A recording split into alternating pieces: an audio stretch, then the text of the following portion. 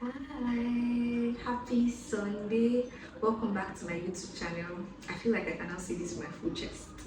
Anyways, today I want to talk about the sin of unbelief, and I want to look at what happened with the children of Israel when they finally got to the promised land.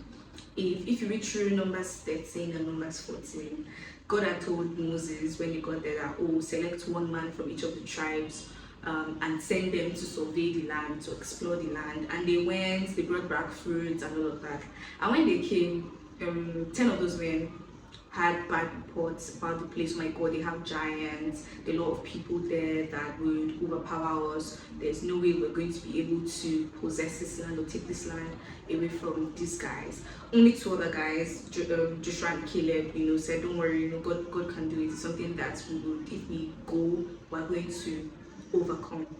And that happened, and because of that, they started to rumble. Those 10 men spread bad reports throughout like in the midst of children of Israel, and they started to rumble, they started to murmur, they started to complain and say that why did God bring them out into the wilderness to make them die? To the extent that they even said, oh, they want to elect a new leader so that they can go back to to the land of Egypt that they were coming from as slaves. And God said that how how come these people have held me in contempt? He was telling Moses that these people have held me in contempt, that how don't they believe that I'm able to, give them this land that I've promised them. And if you go through, I think Hebrews 4, it says that because of the unbelief of these children of Israel, they never entered into the rest. So because of all of this, God was really angry at them and he said, you know what, as you've not believed that I will deliver this land to you, you're not going to get into this land. And so they turned back. They turned back and were headed back to the Red Sea. That's where they were coming from. And they wandered in the wilderness for like 40 years before they finally possessed. And Hebrews 4 says that because of the unbelief of these guys, they never entered into the place of rest. And it just occurred to me that there are a lot of things that the implication of unbelief for us. Two major things I want to say.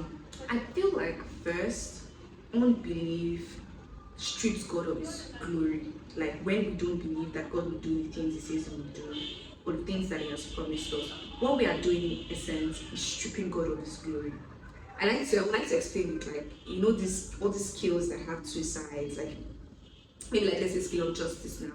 Now me go there. So the scale of justice where you put this beside the or two different sides. You're putting two sides and you're considering to say, oh, which one has more weight. And so let's imagine you put God on one side and you put your situations or circumstances or whatever it might be on the other side. Now you've considered the both of them, and your verdict is that your circumstances are bigger than God. Your problems or whatever it is, or even the things that God has told you to do, it is bigger than is bigger than He is. So you don't believe that it's possible. You don't believe that these are things that are attainable to you. And so in essence, you see, you're devaluing God, you're stripping him of his glory. For the children of Israel, God said that they held me in contempt. Like, mommy me feel. I don't know if I can explain it better in Yoruba. Like, they considered me, like they've considered my power. They've seen what I've done in the past, and their verdict is that this one is too big for God. This one is too much for God to do. It's like what the Bible says about Abraham. Yes, it said that Abraham did not consider the deadness of his flesh, like his old age. He did not consider it. But what did he do? He believed in God. Unlike, compared to the children of Israel, they did the opposite. They considered their circumstances. They thought about it. They saw what their eyes had seen. They thought about it and they said, you know what? God cannot deliver us. So that's the first thing. When we live in unbelief, when God has told us giving us instructions to carry out, and we say this one is big, or like you're looking at your account balance and the things that God has told you to do, and you're like, this thing is going to be very expensive. In essence, you're saying that this thing is bigger than God, and you're holding Him in contempt. It's just like the way you take a very basic problem to what now, like a doctor, for instance. You go to a doctor, you have malaria, but you're telling the doctor that you cannot, this malaria is bigger than you, and it's going to be like, excuse me, of all the things, malaria, like you didn't even bring maybe one special medical issues. It's going to look at you and it's going to be very confused, like, I don't understand, do you know, imagine if the doctor that's going to be practicing for like 10 years or 20 and is a specialist already. It's going to be funny looking at you and saying, and just watching you say that. And sometimes I just imagine, and I feel for God. I don't think that's the right thing to say. I feel for Him, because just imagine all the things that He had done, and still these people held Him in contempt, considered, and said that no, He cannot do it. So that's the very first thing. And the second thing, I do think that unbelief keeps us from entering into a place of rest. It keeps us from the precious promises that God has for us. So God has destined something for us. He has promised us things.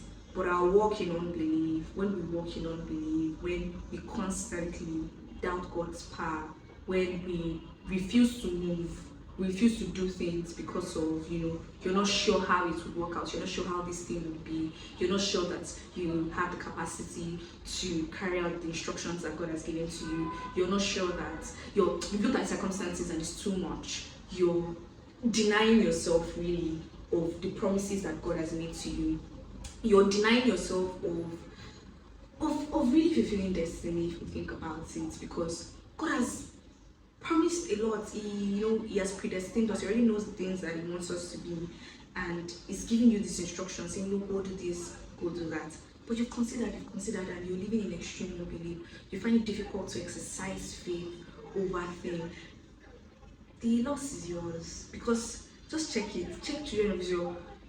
Who was at loss? It wasn't God, it was them. Because for 40 years they wondered, like literally, God ensured that all the generation of people who did not believe Him, who had said all those words, and who were like, oh, God has brought us to die in the wilderness and all of that.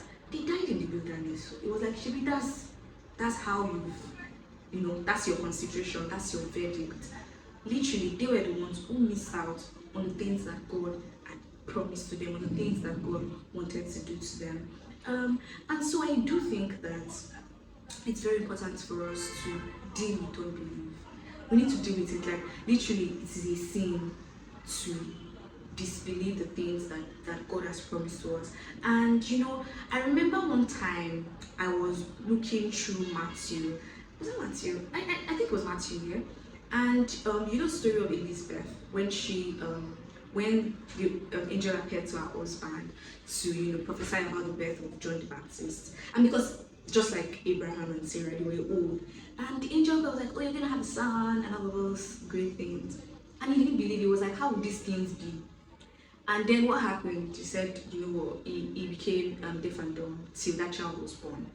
But I didn't realize that when the angel appeared to Mary and told her that you are going to conceive and you're going to give birth, she asked the same question: how would this thing be? So literally, how would this thing be is like, how is this going to happen? It's it's not instant acceptance of, oh, God has, this is what the message is, and I'm accepting it. There was that instant hesitation. But for one, the angel took time to explain. For the other one, it was like, what, since the first thing you did was to disbelieve, you're going to be dumb till this child is conceived, or till Elizabeth gives birth to this child. And I realized that the difference is, for one, he had examples, he had precedents of how these things had happened. I mean, there's no way he would have read the scriptures. He was walking in the temple, so he has read the scriptures. He would have seen what happened. He would have at least heard what happened with Abraham and Sarah, and he would have seen that in their old age, so probably older than he was at that time, I'm assuming, and they still conceived a child. So when that message came, when the promise came, when the express word of God came concerning that, he had something to look at, to see, like God had displayed faithfulness in that area already. For Mary, I mean, like, she was the first case of anyone we know who didn't have any relationship with a man and who conceived and gave birth. So it was understandable that she needed more enlightenment about what's going to happen. So I'm saying words that when what you're believing for, what God has instructed you to do, there are precedents. Look at this, look for these precedents to help your faith. Look for these precedents and just have them. And this is why I think that, like, sharing of testimonies are always very, I love it when people share testimonies, when people talk about how God has been good to them, because by the time you're praying against cancer and you see someone God has healed of cancer, then there's a precedent.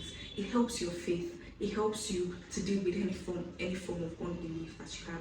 Look in the Bible, you see precedents of the different things, different circumstances, dire circumstances that people have come out from, even in our age and time. Because sometimes you might think, oh, like ancient days, like Bible days, with thousands of years ago, or even in our time as at now, you still see example of people that God has come through for, people that are believing in God for children, and after years, 7 years, 10 years, God is giving them double of what they've asked, is giving them triple of what they've asked. So that's a precedent for you to consider, to say, okay, it has happened for a couple of people that I know, it is going to happen to me, and then we begin to build our faith and believe the promises, the precious promises that God has for us.